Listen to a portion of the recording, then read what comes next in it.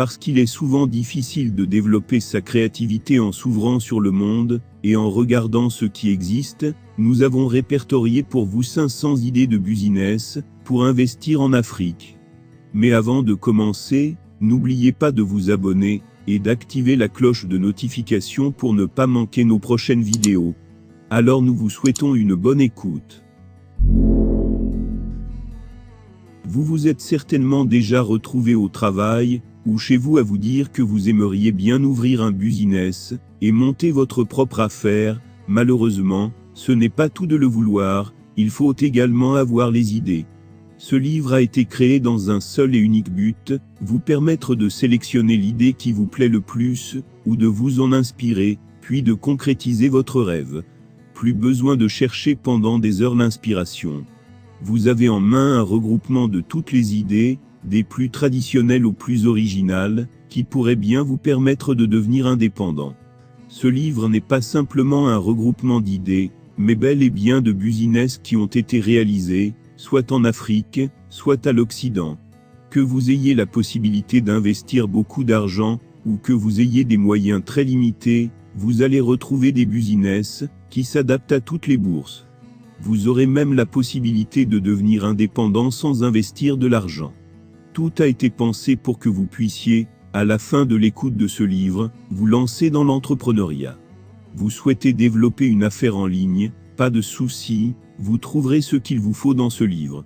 Vous souhaitez investir dans l'immobilier, encore une fois, vous trouverez un nombre d'idées très large pour cela. Que votre idée concerne quelque chose de physique, ou d'immatériel, de mobile ou de fixe, visant les professionnels ou les particuliers, vous trouverez sans aucun doute votre bonheur parmi les idées qui vous sont proposées. Des liens pour démarrer dès aujourd'hui afin de vous accompagner et de vous aider à aller plus loin. Chacune des idées présentées dans ce livre est accompagnée d'une référence, vous donnant soit un aperçu de ce que pourrait être votre business, soit une idée de comment réaliser ce business, soit encore des documents vous permettant d'aller plus vite dans la réalisation de votre idée. Parce que vous aussi, vous pouvez devenir indépendant financièrement, et ne plus être dépendant d'un patron. Beaucoup de personnes sont à la recherche de l'idée miraculeuse, pour pouvoir enfin créer leur entreprise. Pourtant, contrairement à ce que l'on pourrait croire, une entreprise ne se crée pas sur la base d'une idée. La plupart des jeunes, lorsqu'ils veulent se lancer dans l'entrepreneuriat, recherchent une idée de business géniale en évitant parfois de la partager, de peur de se la faire voler. C'est tellement drôle de penser ainsi, car les idées ne valent absolument rien. Avoir une idée, c'est représenter quelque chose dans son esprit, pour répondre à une situation donnée. Une idée est un concept purement intellectuel, à moins que vous veniez de découvrir comment faire pousser du maïs sans utiliser de semences, il se peut que votre idée n'ait pas de valeur. Pas de risque de voir votre idée voler, quelqu'un d'autre l'a déjà eue, tapez juste votre idée sur un moteur de recherche, et vous verrez que certains l'ont déjà développée. Alors essayons de déterminer ce qu'est une idée de business. Selon Gauthier Girard, avoir une idée d'entreprise, c'est savoir apporter quelque chose aux autres tout en se rémunérant via une activité commerciale. Si vous avez trouvé une idée d'entreprise, c'est très bien, mais tant qu'elle restera dans votre tête, elle ne vaudra rien, parce qu'elle n'est pas confrontée au marché. Avez-vous déjà entendu parler de quelqu'un ayant reçu un chèque en échange d'une idée ? Une idée ne représente qu'un potentiel que vous pourrez plus ou moins libérer en fonction de la façon dont vous allez exécuter cette idée. Et c'est là toute la différence, car sans exécution, une idée reste virtuelle. Tout le monde a des idées, mais tous ne les appliquent pas. Certes, il y a des bonnes et des mauvaises idées, aussi banales soient-elles, qui vous permettront d'avoir quelque chose de concret sous la main. L'idée de départ ne fait que lancer la machine. Si vous demandez à des entrepreneurs quelle était leur idée de départ, il y a de grandes chances qu'ils vous disent qu'elle était bien différente de ce qu'ils font maintenant. Pourquoi ? Tout simplement parce que leur idée a évolué, elle a été confrontée à la réalité et des améliorations ont été apportées par la suite. Le fait est qu'on ne peut pas tout prévoir. C'est pour cette raison qu'il faut adapter son idée en permanence, pour répondre le mieux possible à un problème donné. Vous vous demandez sûrement, comment faire pour la trouver cette fameuse idée d'entreprise ? La réponse est pourtant toute simple. On ne trouve pas vraiment une idée d'entreprise. On met plutôt le doigt sur une opportunité que va découler l'idée. Retenez encore cette règle de base en entrepreneuriat. Problème égale opportunité d'affaires. Dès aujourd'hui, écoutez les autres se plaindre et prenez des notes. Nous avons tous une fois entendu quelqu'un dire « Je n'aime pas ceci, je n'aime pas cela. J'en ai marre de « je ne veux pas faire ça ». Si plusieurs personnes se plaignent, vous allez pouvoir apporter une solution à leurs problèmes et la leur vendre. Tout ce que vous avez à faire, c'est d'essayer de résoudre les problèmes auxquels font face les autres, en sachant qu'il existe de nombreuses solutions différentes pour un problème donné. Lorsqu'on désire entreprendre, tout doit partir d'une vision, un objectif de mettre sur pied une entreprise qui aura de l'influence. Alors il faut comprendre que l'argent seul ne permet pas de monter et faire prospérer une entreprise, une affaire, mais son impact dans la société. Avant toute démarche, on parlera d'études de marché. Force est de reconnaître que l'être humain est l'être le plus imprévisible, car doté d'un libre arbitre. Ainsi il peut refuser d'acheter un produit dont il a besoin juste, parce qu'il n'aime pas ta voix, donc l'étude peut être faussée à tout moment. Le secret de la réussite en entrepreneuriat, c'est l'amour, la passion, la détermination à ne pas confondre avec obstination. On n'entreprend pas parce qu'on a besoin d'argent ou pensant avoir fait une bonne étude de marché. Si c'est le cas, il faut prendre du recul, car à la moindre déception ou difficulté vous serez pris par le découragement, l'abandon et ainsi perdre tout votre investissement. Par contre, si l'objectif, c'est de faire connaître sa passion, sa vision, quelles que soient les difficultés, vous persévérez en apprenant de vos erreurs, car vous le faites avec amour et passion. Ne pas commettre l'erreur de lancer son entreprise, parce que c'est la tendance, ou comme on aime si bien le dire, c'est ce qui marche en ce moment. Mais se projeter dans le futur en se posant certaines questions telles que « De quelle activité suis-je passionné ? À quel besoin ou problème majeur répondra mon activité ? Sur quelle durée ? Pourquoi dépenseront-ils pour mes services ? Quel impact ? Aussi, aimez-vous relever des défis ? Vous épanouissez-vous lorsque les circonstances sont difficiles ? Prenez-vous les grandes décisions avec aisance ? Avez-vous peur de prendre des risques ? Avez-vous du mal à faire confiance à votre instinct ? Avez-vous tendance à éviter le stress et les grandes décisions ? Tous ces éléments, le risque, le stress et la prise de décision, font partie intégrante de la gestion d'une petite entreprise. Si oui, gérer une petite entreprise pourrait être parfaite pour vous. Une fois réponse trouvée, vous aurez une vision plus claire et un objectif précis. N'oubliez jamais, mieux vaut rater une bonne affaire qu'en faire une mauvaise. Un jeune Afro-Américain, du nom d'Alex Haley, a exercé son talent pendant des années avant d'en voir le premier résultat. Il a écrit et envoyé des centaines de nouvelles à des journaux, sans qu'un seul ne fût publié. On ne le trouvait pas assez bon. Ce n'est qu'au bout de 8 ans, que son premier texte fut publié par un magazine. Il deviendra quelques années après, l'auteur de Racine. Best-seller mondial retraçant sur plusieurs générations, l'épopée de la famille de l'esclave Kunta Kinte. Il a redonné une identité, une histoire et un héritage culturel, que l'esclavage leur avait ôté, à des millions d'Afro-Américains. En lisant ce livre, l'on comprend le prix que cet homme a dû payer pour accoucher de cette œuvre monumentale. Et s'il s'était découragé, s'il avait cédé devant l'échec, que serait-il arrivé ? J'imagine combien d'autres jeunes sont allés dans la tombe sans livrer à l'humanité ce que Dieu leur avait confié de précieux. Ne soyez pas de ceux qui connaissent tout sur rien, rien sur tout, ou encore très peu sur beaucoup de choses. Soyez focalisés et développez votre talent. Celui qui disperse ses grains ne fait pas de bonnes récoltes. C'est en l'exerçant encore et encore que le talent arrivera à maturité. Avoir un talent vous rend utile, mais le changer en expertise vous rend indispensable. L'expertise fait de vous une référence dans un domaine. Votre talent ne vous sera réellement utile que lorsque vous l'aurez transformé, enrichi, orné, embelli. Menez-le à son apogée. La valeur professionnelle d'un homme dépend de sa capacité à résoudre les problèmes des autres ou à répondre à leurs besoins. Les hommes ne vous chercheront que pour ce que vous avez et qu'ils n'ont pas, ou encore pour ce qu'ils ont mais que vous avez su et pu développer mieux qu'eux.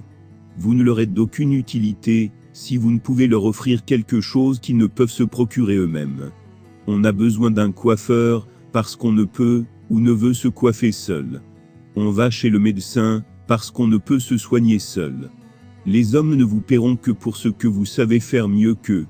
Celui qui développe son talent, et se hisse au-dessus de la mêlée, dans ce qu'il fait rencontrera sans aucun doute le succès. Oubliez ce que font les autres, développez votre talent. Si tu es né pauvre, ce n'est pas de ta faute, mais si tu meurs pauvre ce sera entièrement de ta faute. Naître avec une personnalité est un accident, mais mourir avec une personnalité est un accomplissement. Ta naissance peut être normale, mais ta mort doit être historique. Ne suis personne, mais apprends de chacun. Travaille comme un démon et joue comme un ange. Être riche ou mourir est un ancien concept. Sois riche avant de mourir, c'est le nouveau concept. En conclusion, sois attentif au bonheur, il peut venir de ton précédent malheur. La vie n'est pas donnée. La vie est un vrai combat. Le soleil brille pour tout le monde, comme Dieu le Père aime tous ses enfants que nous sommes tous, sans exception. Malheureusement, beaucoup se cachent derrière Dieu, avec des termes du genre « tout ce que Dieu fait est bon », « je confie tout à Dieu pour ne rien foutre, pour ne rien apprendre, pour ne pas chercher, pour ne pas progresser. » Car l'apprentissage, la progression, la recherche de la connaissance sont très difficiles donc douloureux. Heureusement, comme Dieu lui-même l'a révélé dans Osée 4 chapitre 6, « Mon peuple périt faute de connaissance. » Vous devez absolument apprendre, vous devez absolument connaître, sinon vous ne serez rien, vous ne comprendrez rien, vous ne connaîtrez jamais le bonheur. Sans connaissance, les ténèbres prennent le dessus. C'est parce qu'il y a eu des recherches, que vous avez des ordinateurs, et que vous pouvez me lire aujourd'hui. La connaissance est un tout. C'est parce qu'il y a l'écriture issue de la recherche, que vous pouvez lire le Coran, la Bible, etc. C'est parce qu'il y a eu la médecine que plusieurs maladies ont été vaincues. Si vous n'apprenez pas vos leçons, vous ne réussirez jamais vos examens. Ne vous méprenez donc pas. Apprenez. Apprenez tous les jours. Priez ensuite, et vous serez sauvés. Voici une leçon de vie. Un papa amène son fils de 14 ans à la pêche au crabe avec lui. Après quelques heures de pêche, le fils va voir son père et lui dit « Papa, papa, il faut mettre un couvercle sur le dessus du panier, car le panier va bientôt être plein, et les crabes vont sortir. » Au père de répondre à son fils « Ne t'en fais pas, mon fils, il n'y a pas de danger. » 10 minutes plus tard, le fils revient voir son père. « Papa, papa, il faut mettre un couvercle sur le dessus du panier, car le panier est maintenant plein, et les crabes vont sortir. » Et le père de répondre à nouveau à son fils « Calme-toi, mon garçon. Tu t'en fais pour rien. Laisse-moi t'expliquer. Si jamais un crabe essayait de sortir du panier, les autres crabes le retiendraient, avec leurs pinces pour l'empêcher de sortir.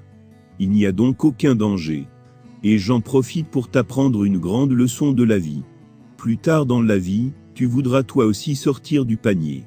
Tu voudras réaliser de grands rêves, probablement quitter notre village de pêche, aller à l'université, et peut-être avoir une grande carrière en ville. Mais fais bien attention aux gens que tu fréquentes, car certains, tout comme les crabes que tu vois là, vont essayer de te retenir dans tes ambitions, ils tenteront de t'en empêcher non pas avec leurs pinces, mais avec leurs mots. Ils te diront des choses comme « Tu ne peux pas, tu ne seras jamais capable, c'est impossible, tu n'as pas assez de talent, tu n'as pas assez d'éducation, tu es trop jeune, tu es trop vieux, etc. » Et pourquoi feront-ils cela? Parce qu'ils auront peur. Ils auront peur de se sentir plus petits à côté de toi, si jamais tu réalises tes rêves, et personne n'aime se sentir petit, mon garçon. Le jeune adolescent regarda alors son papa, avec de grands yeux hochant la tête de bas en haut. Il avait compris une importante leçon cette journée-là. Il avait appris qu'il devrait être parcimonieux, dans le choix de ses fréquentations présentes et futures, et qu'il ne devait pas partager ses rêves avec n'importe qui. Fuyez les voleurs de rêves, qui sont dans votre vie, vous aussi. Entourez-vous de gagnants. Fréquentez, écoutez, abonnez-vous maintenant à cette chaîne, ou lisez régulièrement des gens, qui vous poussent à vivre à des niveaux de pensée, de réalisation et d'accomplissement supérieur. C'est ainsi que vous vaincrez. Dieu a un plan pour toi. Ne t'inquiète pas, bientôt tout ira bien est l'une des phrases les plus adorées des Africains. Sauf qu'à 90% des cas rien ne se concrétise vraiment.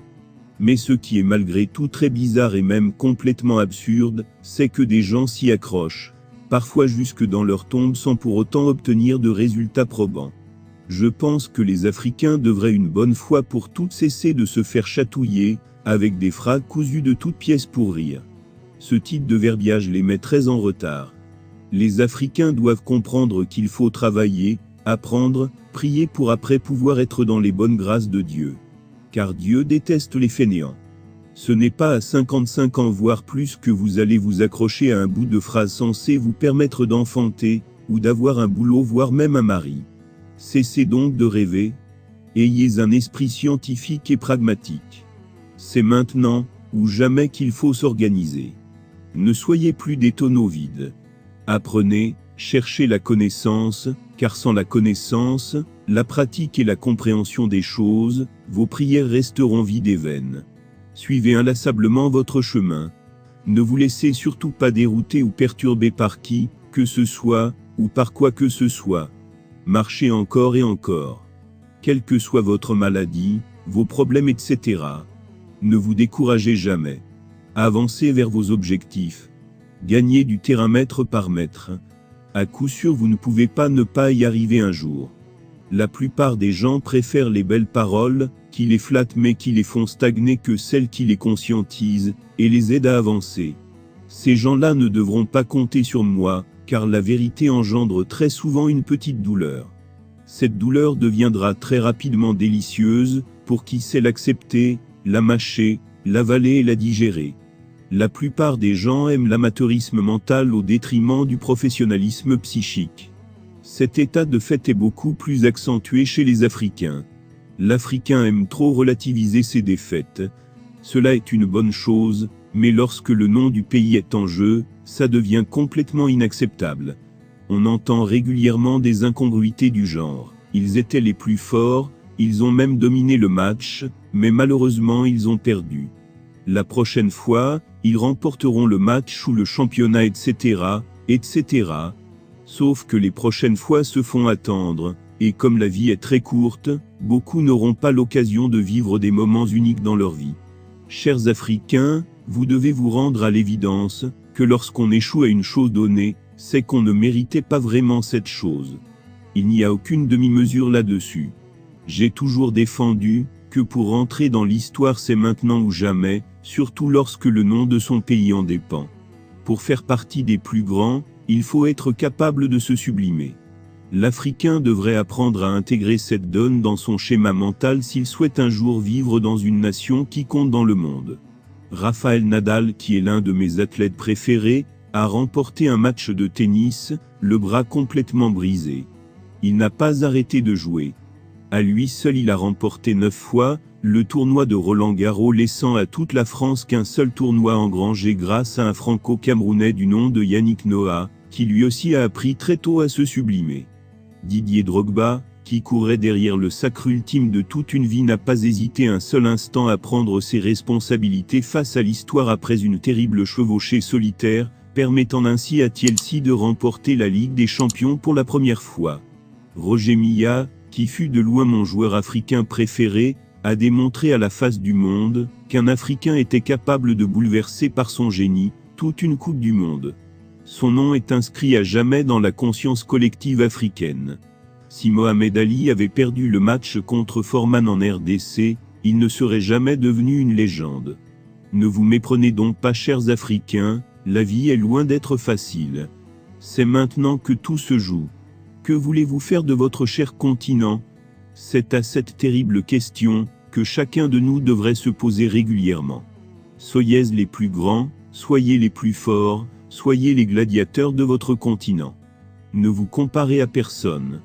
Nous avons aussi la capacité de briller comme les autres nations évoluées, sinon plus. Ne lâchez plus rien, prenez tout. Si vous voulez sérieusement une chose qui vous plaît ou vous convainc, ne regardez jamais le prix, car la compétence n'a pas de prix.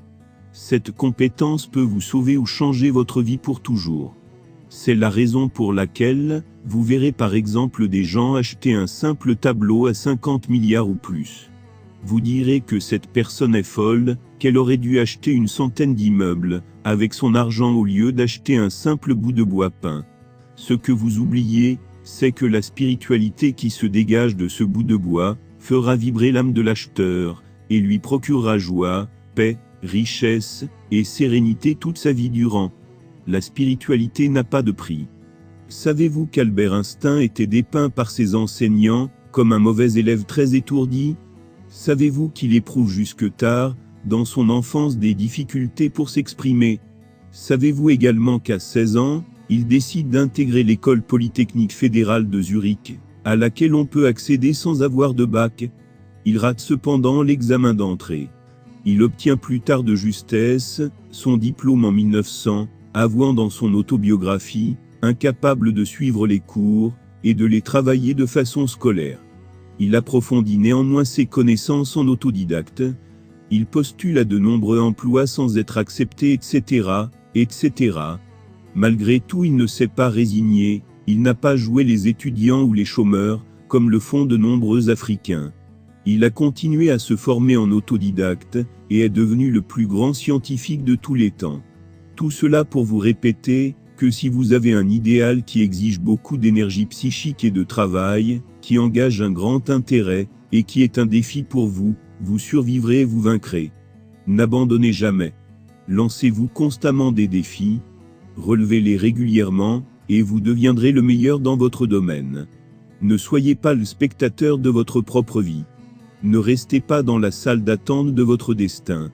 On ne gagne pas de coupe en restant sur le banc de touche. On n'accumule pas de trophées en restant les bras croisés.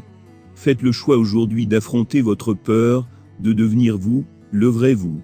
Un proverbe de chez nous dit, les résonnements du tambour joué par un adolescent rempli d'ardeur juvénile, pourraient amener même les plus vieux, ou les plus sages du village à sortir leurs meilleurs pas de danse. N'aie pas honte de demander de l'aide. Ne sois pas complexé par ton ajout à supériorité sociale.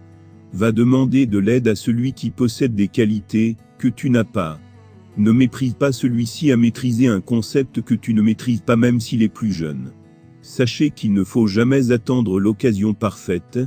Quel que soit le rêve derrière lequel vous courez, n'attendez pas que les circonstances s'alignent à la perfection.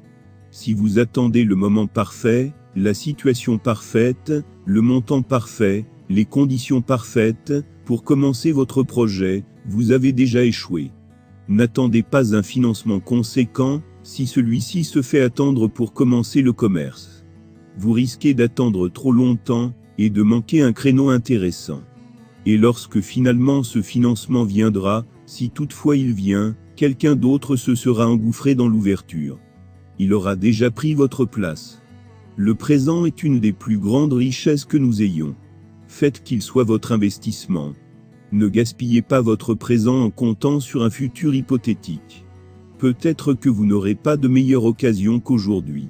Saisissez chaque occasion de vous améliorer. Les larmes sont pour les bébés, les soucis sont pour les païens. Quand un homme vous élève, c'est certainement à la hauteur de ses mains, mais quand Dieu vous élève, c'est sans limite. Parle-moi de la loi de la pesanteur qui stipule que tout ce qui monte doit redescendre, et je vais te présenter la loi de l'aérodynamique qui stipule qu'il est possible que quelque chose monte ou y reste. Avant la fin de cette année, tu te trouveras quelque part d'où tu ne pourras même pas redescendre. Tes bénédictions ne descendront jamais, tu ne pourras jamais échouer, la loi de la pesanteur ne marchera jamais dans tes finances, ni dans tes affaires, ni dans ta famille, encore moins dans tous les autres domaines de ta vie. Le diable est un menteur. Tu pourrais passer des temps difficiles en ce moment, mais Dieu se prépare à te bénir d'une manière que seul lui il peut. Garde la foi. L'amour de Dieu est comme l'océan, tu peux voir le début, mais pas la fin. Ce message fonctionne le jour où tu le reçois. La différence entre rêver et gagner, rêver demande de dormir sans effort, gagner demande des efforts sans dormir. Le succès est un voyage, pas une destination. Goethe disait que, quel que soit votre rêve, poursuivez-le. L'audace comporte du génie, du pouvoir et de la magie. mieux vaut travailler dur pour s'acheter un vélo sur terre, que de prier toute sa vie, pour espérer avoir une Ferrari au paradis après la mort. J'ai remarqué que même, les gens qui affirment que tout est prédestiné, et que nous ne pouvons rien y changer, regardent à gauche et à droite avant de traverser la rue, disait Stephen Hawking. Tous les matins, en Afrique, une gazelle se réveille. Elle sait qu'elle doit courir plus vite que le plus rapide des lions, sans quoi elle sera dévorée. Tous les matins, un lion se réveille. Il sait qu'il doit rattraper la moins rapide des gazelles, sans quoi il mourra de faim. Peu importe que vous soyez un lion ou une gazelle. Quand le soleil se lève, il est temps de courir. Voici les choses que vous devez savoir. 1. Personne ne peut devenir riche par son salaire. 2. Celui qui a trop peur pour investir, mourra pauvre. 3. Les pauvres travaillent pour gagner de l'argent. 4. Les riches font travailler leur argent. 5. Après avoir trouvé du travail, vous devriez donc trouver du travail pour votre argent. 6. Vos deux rémunérations combinées feront votre richesse. 7. Avoir trop peur d'investir, c'est comme décider de ne plus semer à cause d'une mauvaise saison, qui a occasionné d'énormes pertes. 8. Soyons des leaders, et non des suiveurs. 9. Décide-toi d'être riche, et ne compte pas uniquement sur un probable boulot actuel. 10. Les grands hommes ne naissent pas dans la grandeur, ils grandissent. 11. Si vous ne courez pas, après ce que vous voulez, vous ne l'aurez jamais. 12. Si vous ne demandez pas, la réponse sera toujours non. 13. Si vous ne faites pas un pas en avant, vous restez toujours au même endroit. 14. Pour réussir dans sa vie, vous devez apprendre à ne jamais reculer devant aucun obstacle, et réussir l'objectif que vous vous êtes fixé. 15. Un pessimiste voit la difficulté dans chaque opportunité, un optimiste voit l'opportunité dans chaque difficulté.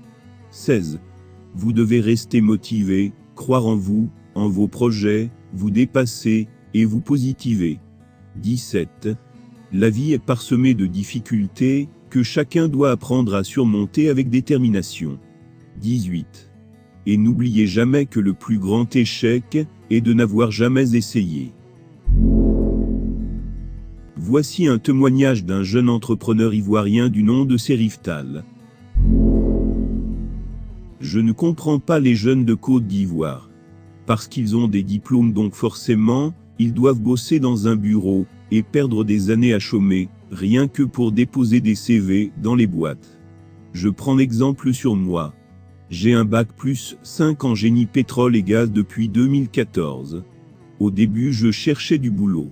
Après la fin de ma formation, j'ai pu avoir un stage de 3 mois, avec pour prime 50 000 francs CFA. Je finis le stage, et on me libère, et il faut recommencer à faire encore demande de stage, alors que pendant le stage, tu te sapes dans tes 31 décembre, comme si tu as eu un boulot avec CDI. Tout le monde te voit, et après les 3 mois, tu es à la maison, et tu as un peu honte de cette situation. Cette situation m'irritait tout le temps, j'ai alors décidé de lancer mon petit champ de manioc, un champ d'1 demi-hectare, avec un investissement de 150 000 francs. 7 mois après j'ai 650 000 francs CFA. Mais pendant ces 8 mois, je demande un prêt de 200 000 francs à ma grande sœur, qui 2 jours après me les donne. Au même moment je contacte une de mes cousines qui fait le commerce entre la Chine et la Côte d'Ivoire de payer, pour moi des déodorants de véhicules et des lecteurs MP3 pour moi. Ce qu'elle fait, je crée alors ma page Facebook, et je lance uniquement les lecteurs, et je les sponsorise. Une semaine après je vends les 20 lecteurs à 10 000 francs, l'unité d'où un chiffre d'affaires de 200 000 après avoir dépensé 40 000 pour l'achat des 20 lecteurs. Je vais alors dans les coins de bouchons, comme au carrefour de Williams, Atcoub, Yo, Siporex, et je propose les déodorants de véhicules aux jeunes vendeurs ambulants, qui sur place prennent tout mon stock évalué à près de 100 000 francs, et je deviens leur fournisseur. Du coup en un mois, je passe de 200 000 francs à 300 000 d'où un bénéfice de 100 000 francs. Avec la rotation du commerce après 8 mois, j'arrive à économiser 400 000 francs, et ça tombe sur ma récolte de manioc, qui me donne 650 000 francs. Mon capital monte alors à 1 50 000 en 8 mois, comme de la magie. Je refais mon champ, mais cette fois-ci 1 hectare, avec un investissement de 400 000, qui me donnera 7 mois après 1 500 000 francs.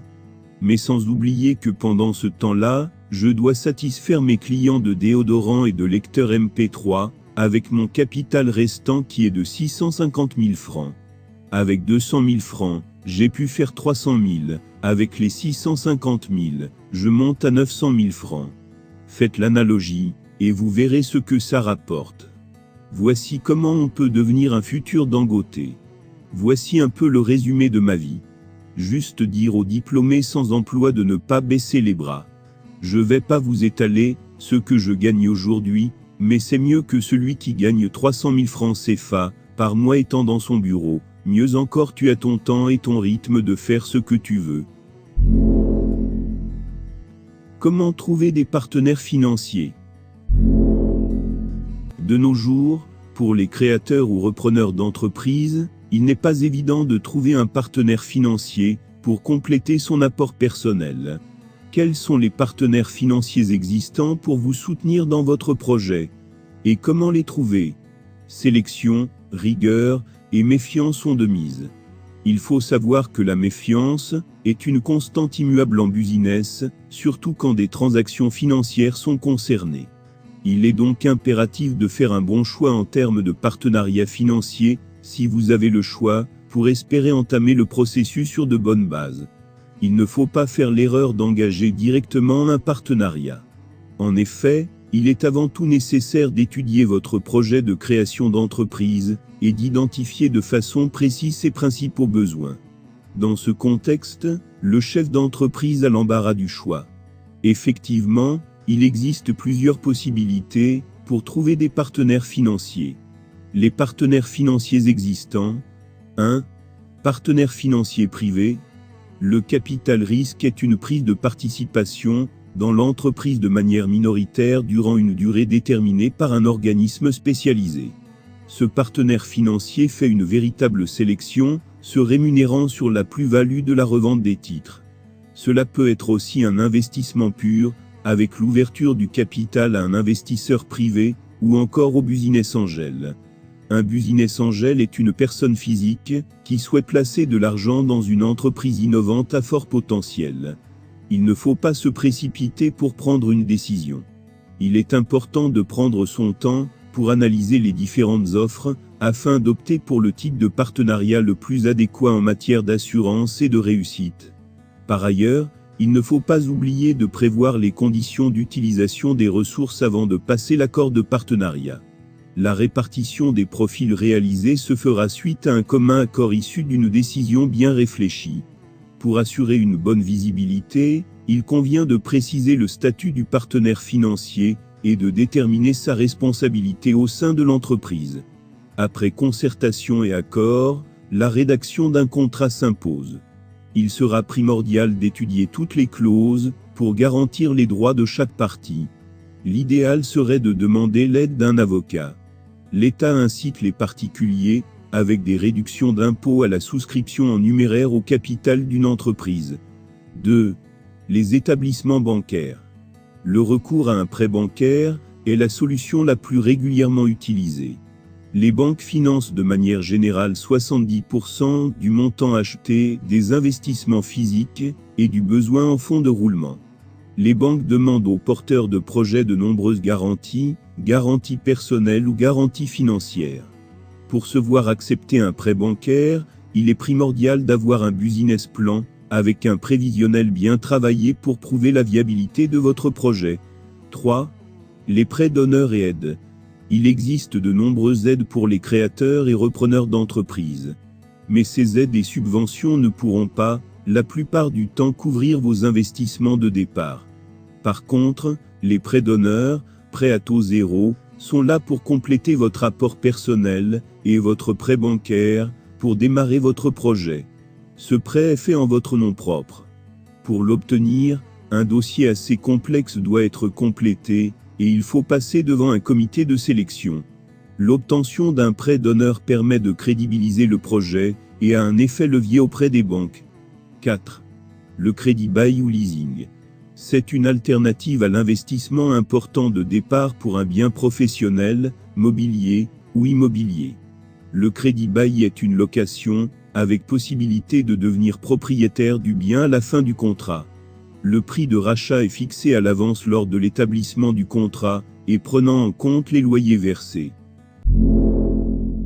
Pour ne pas rater la deuxième partie de ce livre, n'oubliez pas de vous abonner, et d'activer la cloche de notification pour ne rien rater.